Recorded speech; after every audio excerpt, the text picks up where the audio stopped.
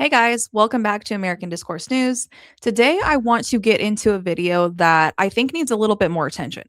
So, Andrew Kolvet last week went on Fox News to talk about how Turning Point was rejected from some Catholic schools and Christian schools. And I think it's very interesting. Turning Point USA and Andrew Kolvet are spending their time going out to try and get call to actions to donors against these Christian and Catholic schools. Let's talk about why that could be going on, and let's watch the Fox video where this occurs. The student government at St. John's University in New York rejected an application from Turning Point USA. Turning Point was not alone. Other applications were rejected too. St. John's is a private Catholic school. Was the rejection based on politics? Does the First Amendment apply to private schools which receive federal money? Joining us as spokesperson for Turning Point USA, Andrew Kolvet. Welcome. So I find this really interesting. So the first thing he brought up was that Turning Point wasn't alone. So they're making a big deal out of their organization being sidelined when they weren't alone. And then they also brought up the fact that they don't know if private schools are privy to the First Amendment. Why would we even be questioning that? And throughout the video, the funny thing is Andrew Kolvet never actually brings that up, but why would Fox News be bringing that up? Isn't Republicans more for the First Amendment? Once again, left-right paradigm does not actually exist. They just use that to pit people against each other, and this was another example of them doing so. Once again, it's literally not going to come up. But let's watch what Andrew Kolvet has to say. Andrew, I want to again express my sympathy at the loss of your friend. They say time heals all things. It doesn't. So, my sympathies to you. I know that you lost an extremely close friend. Tell us what happened, which criterion were allegedly unmet, and whether TPUSA will reapply at St. John's. Yeah, well, thank you for the sentiment, Trey. And you're right. There's certain things you don't get over, and but we're doing our best to continue honoring what Charlie's mission was and his legacy through Turning Point. So, and I'm so glad to talk about St. John's because this is exactly what he spent his life doing. And to answer your question, no, they didn't give us much clarity at all. Their letter to us was vague. It just said, sorry, at this time, we regret to inform you. And it's a lot of hypocrisy involved, especially, Trey, I want to highlight this for your audience, with Catholic and Christian private universities across the country. We are at a point now, Trey, after Charlie's assassination, where all the Ivy Leagues, which historically never let us form chapters, they're all getting on board.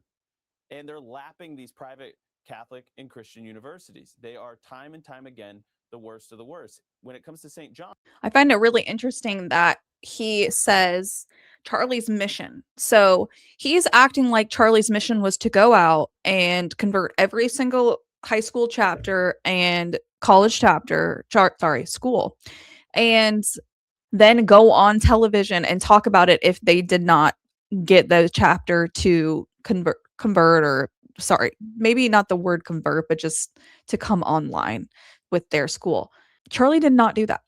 You're going to hear in a minute what Andrew Kolvet says, how many times they've already been rejected. So it's interesting that now that Charlie's not there anymore, they're going on Fox News to cry about Christian and Catholic schools specifically, which I don't know if that makes any sense to do at all, because wouldn't you still want those institutions to be operating and, in good faith? You have to want to assume, if you're a Christian, that's normally Christian belief, you have to give people grace or benefit of the doubt, right? That's kind of part of the doctrine. And yet he's going on here slamming Christian and Catholic schools and calling them the worst of the worst. Why would you want, as a faith-based organization, as they're starting to become or say that they are, why would you go on to Fox and slam them? Like, it's one thing to be disappointed and be like, we're disappointed we didn't get this, but we're hoping they change their mind. But they're calling them the worst of the worst and cowards. That does not sit well when you know that that's not how Charlie Kirk would have handled this situation. He probably would have just moved along, since they're getting a lot of other chapter requests. So what could be the reason that they may be trying to slam Christian and Catholic universities specifically? Well, we know that our friends at Turning Point are using geofencing and trying to get Christian and Catholic data, and they're using that to propagandize to them and kind of sell the Israel angle of the Israel-Palestine issue. So you're going to hear in a minute, but listen to who else Andrew Kolvet says is a group that these organizations allow. He's going to specifically say it, and we're going to talk about it.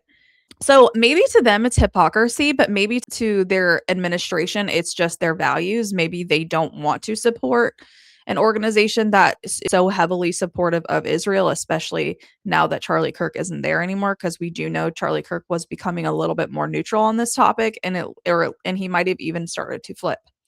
So let's keep watching, but I just find that very interesting. Why would you waste your time coming on here to do this, if not to demonize Christian and Catholic schools and institutions? That seems very backwards.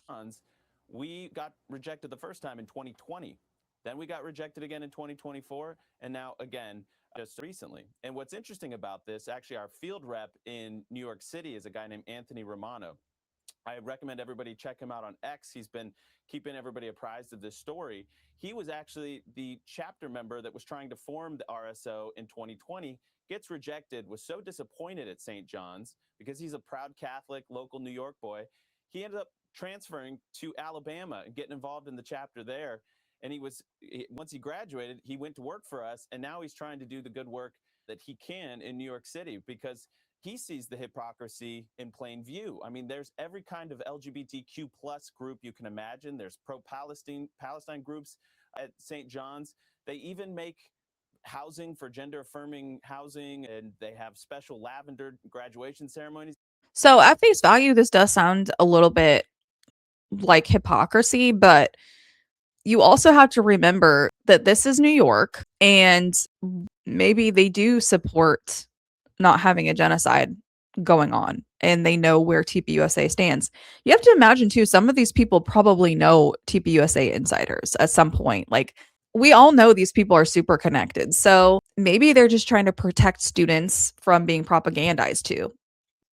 That could be the case. Now, if people at the school do actually want Turning Point, there may be a valid reason to just let them be there, but for Andrew Kolvet to go on national television to slam these universities, which are Christian and Catholic leaning, instead of being like, I wish we would partner with them, they're using very aggressive tactics against them. So that's kind of what I'm going to come on here and talk about, more of the PR angle. Like, it's just aggressive wording. And if you want to be a partner with someone, wouldn't you want to be nice and say, we really wanted to come to St. John's. We've been rejected now 3 times, and we don't really understand why. We've got a very vague letter, but that's not how they came across. They're coming across as they're cowards, worst of the worst, and they're trying to act like they're not allowed to say no. I find this language very telling, and also it kind of speaks to how TPUSA is running while Charlie's not there anymore, because I'd imagine Charlie maybe would call this out if like there was a bigger story to this, if they got a better reason.